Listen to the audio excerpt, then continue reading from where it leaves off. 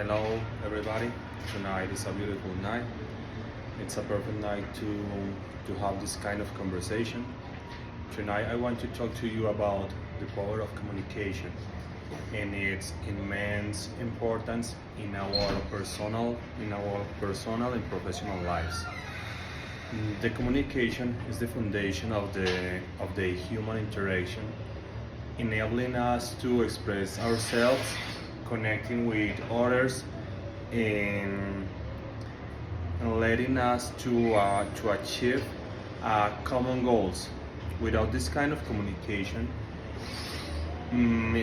misunderstanding will arise, the conflicts escalate, and I'm I'm very sure that the opportunities are missed. Therefore, it's essential that we understand the different types of communication and their impact, especially in crucial situations like negotiations. Firstly, I would like to recognize that communication comes in various forms, in several forms. We have verbal communication. We have this kind of communication is the communication which involves speaking and listening, allowing us to ideas, share information, and express our thoughts. The nonverbal communication, on the other hand, encompasses the body language, facial expression, and gestures. These subtle cues often speak louder than words, conveying emotions, intentions, and attitudes. But both verbal and non-verbal communication are vital in creating complete message and fostering understanding.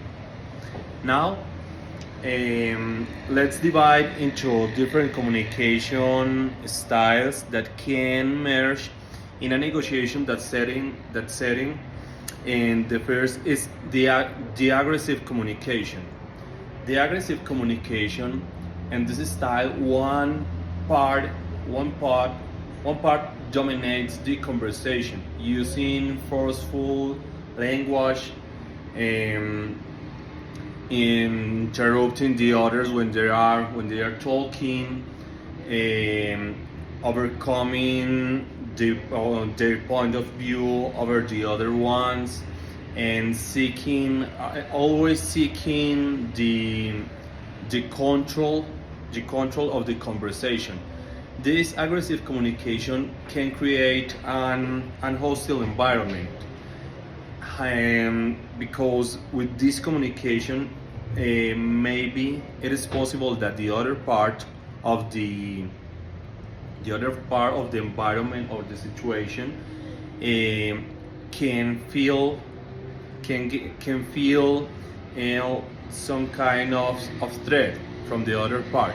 So this is the reason for which the aggressive communication is not always the best communication that we can use, but hinder communication, collaboration, and compromising the negotiation process.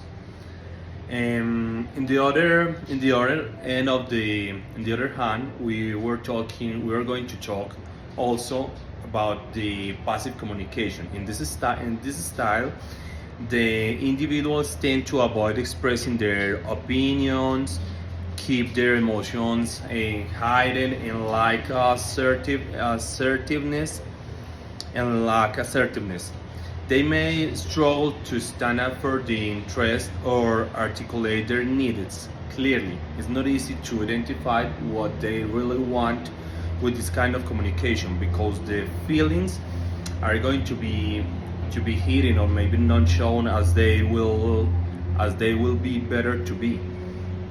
So with this non-aggressive communication, with this passive communication, can lead to misunderstandings, or lost important information and may not be convinced to the other parts, and it can carry the conversation and the negotiation to desires and to the not achieving to the goals that are been looking for the negotiation.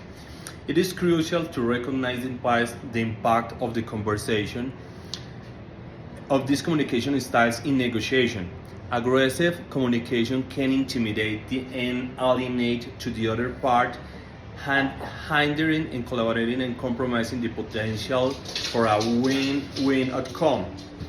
And passive communication may result in unmet needs and unexpressed concerns, leading to unresolved conflicts.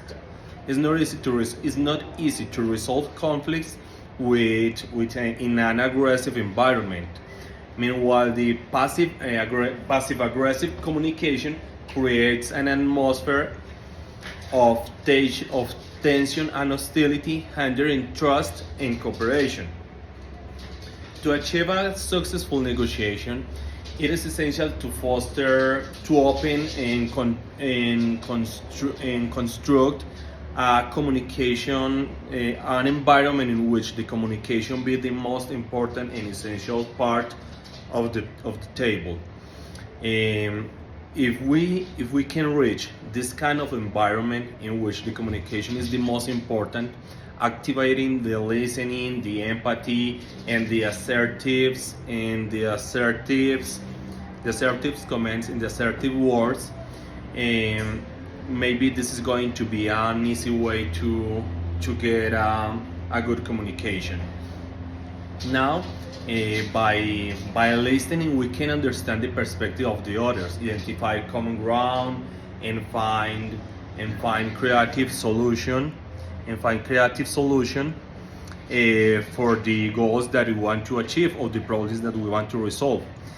Empathy allows us to consider the needs and the interests of the other parts, building rapport and trust.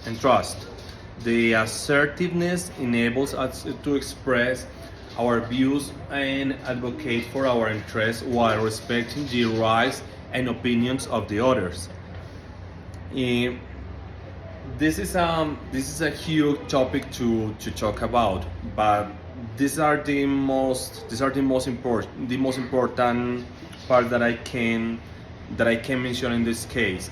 In conclusion, for an effective communication is the effective communication is the lifeblood of successful negotiations. Understanding the different communication styles, such as aggressive, passive, or passive aggressive, allow us to negotiate and to reach for the negative challenge and work towards mutually beneficial outcome, the win-win.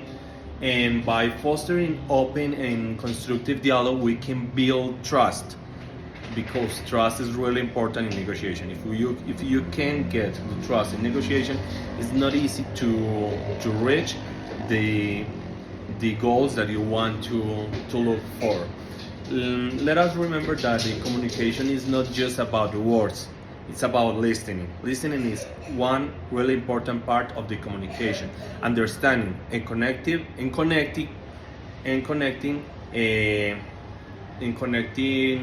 people with others.